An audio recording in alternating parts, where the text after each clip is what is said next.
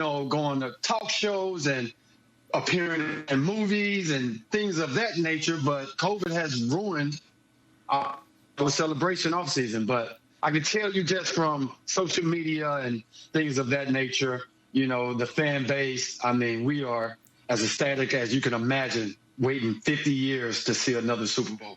Yeah, the love on social media has been undeniable. You can definitely still feel it. I mean, the pandemic definitely serving up some challenges. But to you, what's the biggest challenge for the Chiefs on Thursday in this game against the Texans?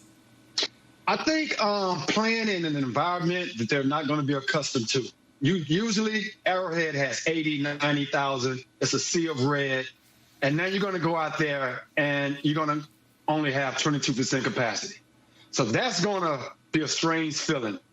I'm wondering if it's going to feel like practice to these guys or a glorified scrimmage, or is it going to feel like a normal first home opener in Arrowhead? So I think that'll be the biggest challenge, is playing in an environment that they're just not accustomed to.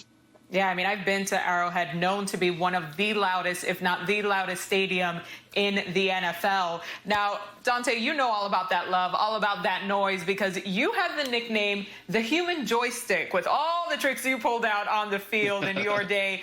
But what nickname would you say describes this Chiefs offense the best? Wow, that's a great question. The first thing that comes to mind is the greatest show on turf, a la the 1999 St. Louis Rams. That's the first thing that comes to mind. But I said a few years ago when they put this team together that they are the NBA version on the gridiron of the Golden State Warriors with Kevin Durant, Steph Curry, Klay Thompson, and all those guys. They are the football version of that. So you can pick either one you like. That's what I would say describes these guys the best. I love the basketball analogy. I mean, the comparison definitely drives home your point about how stacked this team is. Thursday night football, Chiefs versus the Texans. Dante Hall, thank you so much for joining us. Thanks for having me, MJ. Go Chiefs! Saquon Barkley will make his debut in Jason Garrett's offense versus the Steelers Monday night. Mike Tomlin took notice of Barkley in college at Penn State, and according to Tomlin, he spent a great deal of the summer studying him. This is a guy that's capable of really impacting the game in all circumstances and really in many ways. He's got the quicks and the vision to be a quality interior runner and the power also to be a quality interior runner. He's got burst and acceleration and top-end speed that allows him to excel on the perimeter game and in open grass. 5 to 10-yard runs can quickly become 50 to 60-yard runs when you're facing a guy the talents of Saquon. Saquon running through defenses is the subject of our Next Gen Stats powered by AWS. Now, Saquon Barkley averaged the most yards per rush inside the tackles of any running back in the league with 5.1. So that's more than Christian McCaffrey, Adrian Peterson, and Todd Gurley, just to name a few. Bringing back in our former Giant, Shaun O'Hara. Shaun, Mike Tomlin talking there that he was studying Saquon very closely, and I know you know this team better than anybody.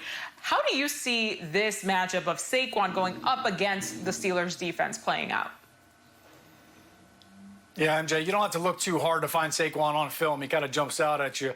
I know as a former offensive lineman, I would love to have blocked and played with a guy like Saquon. And you showed that average 5.1 yards a carry. That's pretty remarkable when you think about the fact that he had 29 negative runs last year, which was 6th most in the league. So for Saquon against this steel curtain defense, he can't have the negative runs. And look, the last couple of years, it's shown up way too often. Last year, certainly way too many times. An unblocked defender in the hole. Saquon is good, but he's not a magician. He can't make guys disappear. He can certainly make a miss. So they've got to do better up front, and I think they will. I think Jason Garrett and this offensive philosophy of running the football is going to be music to Saquon's ears. They're going to be much more efficient. They're going to be much more accountable. Joe Judge is making sure of that. I think Mark Colombo is going to help out as well up front with the big fellas, as we're seeing right here. The running backs kind of working on some run fits. But that aspect right there, Saquon catching the football, he's a better receiver than people give him credit for. So as much as he's going to do damage in between the tackles, the challenge is going to be getting him out in space against this really stout and fast and good Steelers defense and finding ways to get him the football in the passing game, maybe even a wheel route, get him mesh up on a linebacker. Because the Giants are starting 3 new starters on the offensive line. It's a big task to take on this Steelers defense. Now, Mike Tomlin also talked about James Conner being the primary ball toter and bell cow. Do you really see this Steelers offense running through Conner? Yeah, absolutely. I think it fits the Steelers' mindset, both offensively and defensively, how they want to be physical. And no doubt James Conner is going to get his fair share of touches. He's a physical runner. I don't think he gets enough credit for how powerful he is. A lot of it's built off his speed. But let's also be honest, Ben's got something to prove. You know, he's been hearing this banter about how can you still throw the football, so I'm sure he's itching to kind of let it rip a little bit, spin the ball a little bit.